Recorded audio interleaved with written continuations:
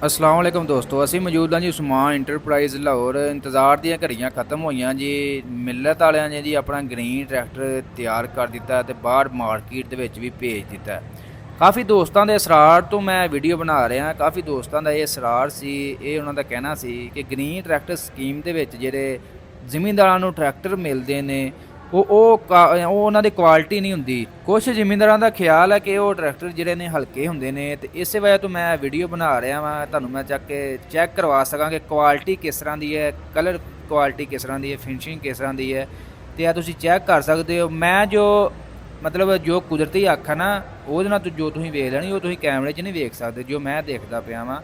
ਬਹਰਹਾਲ ਮੈਨੂੰ ਇਹ ਜਿਹੜੀ ਇਹਦੀ ਕਲਰ ਕੁਆਲਿਟੀ ਤੇ ਇਹਦੀ ਫਿਨਿਸ਼ਿੰਗ ਜਿਹੜੀ ਲੱਗੀ ਹੈ ਨਾ, ਫਿਲਹਾਲ ਕੰਪਨੀ ਜਿਹੜੇ ਆਪਣੇ ਰੈਗੂਲਰ ਮਾਡਲ ਦੇ ਰਹੀ ਹੈ, ਯਾਨੀ ਕਿ ਰੈੱਡ ਕਲਰ ਦੇ ਵਿੱਚ ਕੈਸ਼ ਕੀਮਤ ਦੇ ਵਿੱਚ, ਉਹਦੇ ਨਾਲ ਮੈਨੂੰ ਕੁਝ ਬਿਹਤਰ ਲੱਗੀ ਇਹਦੀ ਕੁਆਲਿਟੀ, ਸਫਾਈ, ਇਹ ਯਾਨੀ ਕਿ ਇਸ ਤੋਂ ਇਲਾਵਾ ਬਾਕੀ ਹਰ ਚੀਜ਼ ਇਹਨਾਂ ਨੇ ਚੰਗੀ ਤਰ੍ਹਾਂ ਜਿਹੜਾ ਨਾ, ਪਹਿਲਾਂ ਦੇ ਵੇਖੀਦਾ ਹੁੰਦਾ ਸੀ ਨਾ ਟਰੈਕਟਰਾਂ ਦੇ ਵਿੱਚ ਕਿਤੇ ਰੰਗ ਡੁੱਲਿਆ ਇਹ ਉਹ।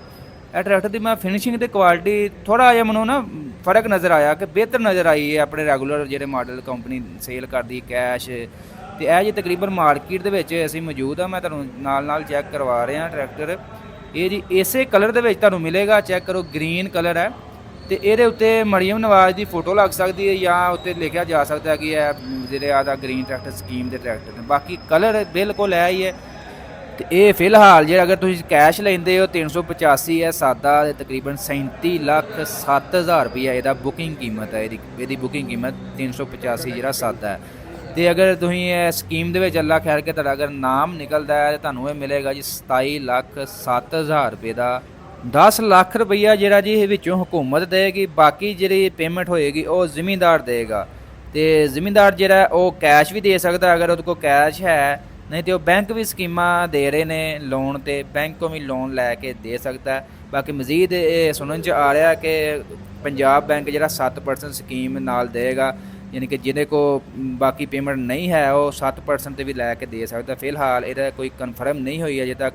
ਜੋ ਹੀ ਇਹਦੇ ਬਾਰੇ ਮੁਕੰਮਲ ਕਨਫਰਮੇਸ਼ਨ ਨਿਊਜ਼ ਆਏਗੀ ਉਹ ਵੀ ਤੁਹਾਡੇ ਨਾਲ ਸ਼ੇਅਰ ਕਰ ਦਿਆਂਗੇ। ਬਾਕੀ ਇਸ ਤੋਂ ਇਲਾਵਾ ਤੁਹਾਨੂੰ ਮੈਂ ਦੱਸਦਾ ਜਾਵਾਂ, ਜ਼ਿਮੀਂਦਾਰ ਅਪਲਾਈ ਕਰਦੇ ਪਏ ਨੇ। ਤਕਰੀਬਨ 7 ਤੋਂ 8 ਲੱਖ ਦਰਖਾਸਤਾਂ ਜਿਹੜੀਆਂ ਨੇ ਜਮ੍ਹਾਂ ਹੋ ਚੁੱਕੀਆਂ ਨੇ ਹੁਣ ਤੱਕ। ਜਿਹੜੇ ਜ਼ਿਮੀਂਦਾਰਾਂ ਦਾ ਤੇ ਯਾਨੀ ਕਿ ਕਿਸਾਨ ਕਾਰਡ ਬਣਿਆ ਜਾਂ ਉਹਨਾਂ ਦੀਆਂ ਜ਼ਮੀਨਾਂ ਕੰਪਿਊਟਰਾਈਜ਼ ਨੇ, ਤੇ ਉਹਨਾਂ ਨੂੰ ਤੇ ਫੌਰੀ ਤਕਰੀਬਨ ਮੈਸੇਜ ਆ ਜਾਂਦਾ ਕਿ ਮੁਬਾਰਕ ਹੋ, ਆਪ ਕੋ ਕੁਰਾਨਦਾਜ਼ੀ में शामिल कर लिया गया है। तो जिन्हों के मतलब ज़मीना नहीं है या ज़मीना कंप्यूटराइज का थोड़ा लेट है डाटा, तो या उन्होंने किसान कार्ड नहीं बनया, तो उन्होंने टाइम मिलता है कि तुहानू दरखास्त जमा हो गई, तुहानू तस्दीकी मैसेज आएगा। वो तकरीबन मैसेज 2 ਤੋਂ 3 ਦਿਨਾਂ ਦੇ अंदर जो तुहानू मैसेज आएगा कि तुहाडा जिहड़ा अप्लाई हो गया या तुहाडियां कंप्यूटराइज ज़मीनां नहीं है तो तुसीं अप्लाई नहीं कर सकते। उन्होंने कन्फर्मेशन करके फिर वो मैसेज भेजणगे। बहरहाल वीडियो बनाने का मकसद ये जी तुहानू 385 ग्रीन ट्रैक्टर दिखाना सी कि मार्केट दे विच आ गया। इसे करके है कि ज़मींदार देखण इहनूं कि ये वही चीज़ है या उहदे नाल हल्की है। मेरे ख्याल दे विच ते उहदे नाल भी जिहड़ा ना काफ़ी बेहतर है, कलर भी तो बाकी फिनिशिंग भी, बाकी क्वालिटी भी बेहतर।